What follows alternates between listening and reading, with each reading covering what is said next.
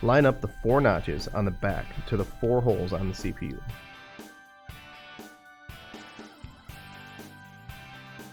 Push down, but do not push down on the side where the flashcards are installed.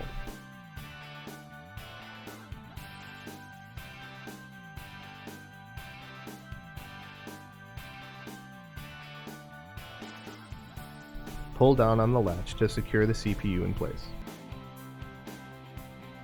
Reconnect all of your cables and be sure to connect the correct DVI cables to the correct ports.